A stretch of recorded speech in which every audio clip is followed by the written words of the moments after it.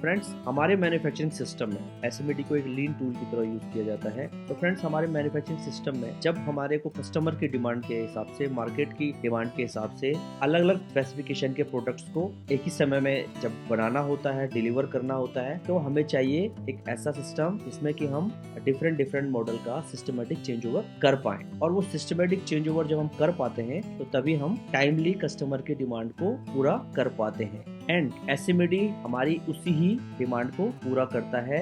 अब अगर हम बात करें single minute exchange over die, इसके नाम से समझ आ रहा है कि किसी भी डाई को, किसी भी टूल को, या हम सिंपल से बात करें कि जब हम चेंज ओवर ले रहे हैं एक मॉडल से दूसरे मॉडल के ऊपर, तो उस चेंज ओवर को जो टाइम लगने वाला है वो कितना होना चाहिए? Single minute. अब सिंगल मिनट का यहाँ पर थोड़ा सा और मैं क्लेरिफाई कर दूं, सिंगल मिनट का यहाँ पर मीनिंग 1 मिनट से नहीं है, मतलब एक सिंगल मिनट से नहीं है, मिनट की एक सिंगल डिजिट से है। यानी कि एक अच्छी मैन्युफैक्चरिंग लाइन का जो चेंज ओवर टाइम है वो मैक्स टू मैक्स 9 मिनट होना चाहिए या फिर उससे नीचे होना चाहिए। डेफिनेशन वाइज एसएमडी को समझने की कोशिश करें। SMD is a lean concept to providing a efficient way of change over from an existing manufacturing process to next required manufacturing process. और इसको अगर समझने की कोशिश करें, SMD is a systematic tool which helps to minimize the change over time of a process. जैसे हमने बात की, चेंज ओवर जो प्रोसेस है उसको कम से कम समय यानी कि सिंगल मिनट यानी कि 1 to 9 मिनट में लाने के लिए जो हम एक्टिविटीज करते हैं उसे हम एसएमडी कहते हैं। ओके फ्रेंड्स, एसएमडी की थोड़ा सा हिस्ट्री की अगर हम बात करें कि ये कॉन्सेप्ट कहां से आया, तो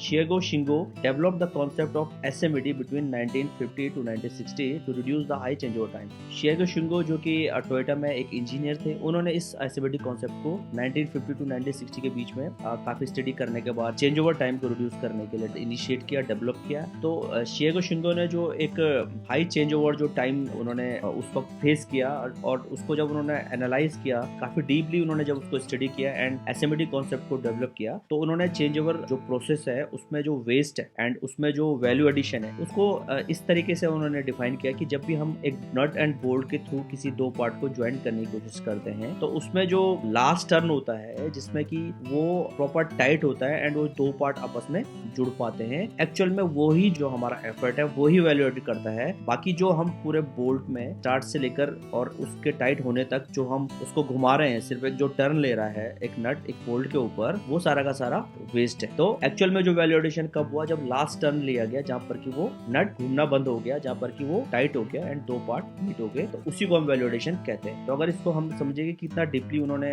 लगभग 10 साल के आसपास उन्होंने पूरा रिसर्च किया एंड देन एसएमडी कॉन्सेप्ट को डेवलप किया। अगर उनके अचीवमेंट की बात करें हम एसएमडी को लेकर, तो टोयोटा कंपनी में उन्होंने एक जो प्रेस थी उसमें जो चेंज ओवर था लगभग 4 घंटे का, एंड एसएमडी जो कॉन्सेप्ट को डेवलप किया एंड उन्होंने फर्स्ट जो इनिशिएट किया टोयोटा कंपनी में, तो उस चेंज ओवर को 4 आवर से नीचे लाकर 3 मिनट तक उन्होंने उसे सस्टेन किया। तो ये काफी बड़ा अचीवमेंट था। एंड देन इसके बाद से जो एसएमडी कॉन्सेप्ट है वो धीरे धीरे लगभग पूरे मैन्युफैक्चरिंग इंडस्ट्री में काफी पॉपुलराइज हुआ एंड सभी ऑर्गेनाइजेशन उसको अडॉप्ट करने लगे। ओके फ्रेंड्स, अब हम समझने की कोशिश करते हैं एसएमडी के इम्प्लीमेंटेशन की प्रोसेस को। जब भी मैन्युफैक्चरिंग सिस्टम में जहाँ पर भी हमें चेंज ओवर के टाइम को कम करना है, वहाँ पर हमें कुछ कोर स्टेप फॉलो करने होते हैं। उनको अगर हम देखने की कोशिश करें तो फर्स्ट हमें रिकॉर्ड करना है अपने एग्जिस्टिंग चेंज ओवर की पूरी प्रोसेस को।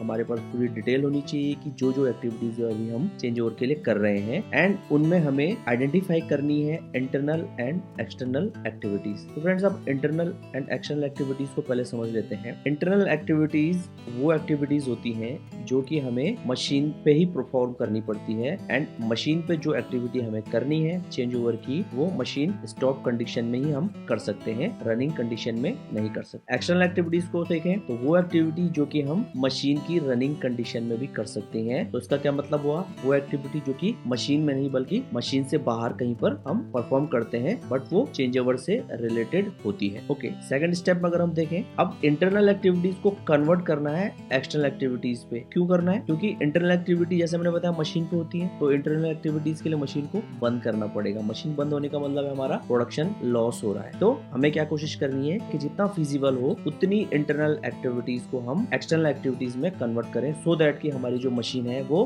कम से कम समय के लिए हम चेंज ओवर प्रोसेस के दौरान उसे बंद करें। देन थर्ड स्टेप अगर हम देखें, reduce waste and streamline both internal and external activities. अब इसके बाद हमें क्या करना है कि बोथ जो इंटरनल एंड एक्सटर्नल एक्टिविटीज है उसमें हमने हमें वेस्ट को फाइंड आउट करके वेस्ट को रिड्यूस करना है, एलिमिनेट करना है, एंड देन होल जो चेंज ओवर प्रोसेस है उसको हमने क्या करना है, स्ट्रीमलाइन करना है। And the fourth and most important step, keep SMD in practice with continuous improvement. अभी तक हमने जो 3 स्टेप लिए हैं, तो उन स्टेप के बाद हमने रुकना नहीं है। हमने क्या करना है, वो जो हमारी चेंज ओवर प्रोसेस है उसको हमने कंटिन्यूअसली इंप्रूव करते रहना है, सो दैट कि हमारा जो चेंज ओवर टाइम है वो कम से कम हो पाए। तो फ्रेंड्स, आई होप एसएमडी आप काफी अच्छे तरीके से अंडरस्टैंड कर चुके होंगे। अब अगर हम बात करें एसएमडी से होने वाले बेनिफिट्स के ऊपर, तो इस पर देख लेते हैं। Change over time drastically reduce, जैसे हमने बात की, इसका तो मेन मोटो ही है हमारे जो चेंज ओवर टाइम है उसको कम से कम करना। तो जब हम एसएमडी को प्रॉपरली स्टेप वाइज फॉलो करते हैं, उसको अडॉप्ट करते हैं, तो डेफिनेटली हमारा जो चेंज ओवर टाइम है वो ड्रास्टिकली रिड्यूस होता है एंड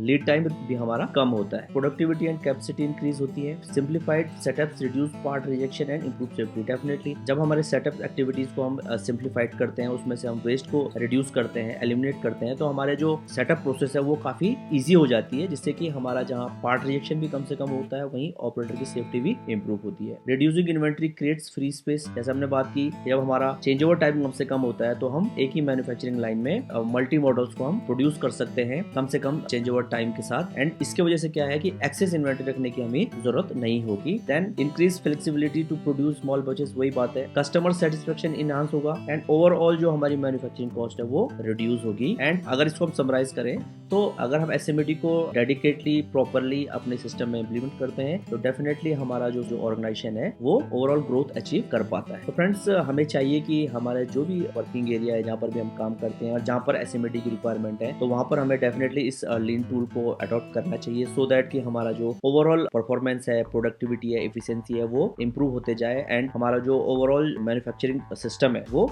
एक प्रॉफिटेबल ऑर्गेनाइजेशन को लीड कर पाए। तो फ्रेंड्स, आई होप आज का जो टॉपिक है उसमें हम काफी हद तक आपको वैल्यूएबल इनपुट देने में सफल हो पाए होंगे। तो प्लीज आप अपने वैल्यूएबल कमेंट बॉक्स में हमारे साथ जरूर शेयर कीजिए, सो दैट कि हमें इससे जहां अपने आने वाले ट्यूटोरियल के लिए एक डायरेक्शन मिल पाए, वहीं हम और अच्छे तरीके से काम करने के लिए मोटिवेट हो पाए। And if our tutorial add value to you, so please like and share in your circle, and we will get back soon with a new topic. Till then, take care, goodbye, and keep watching best practices in manufacturing.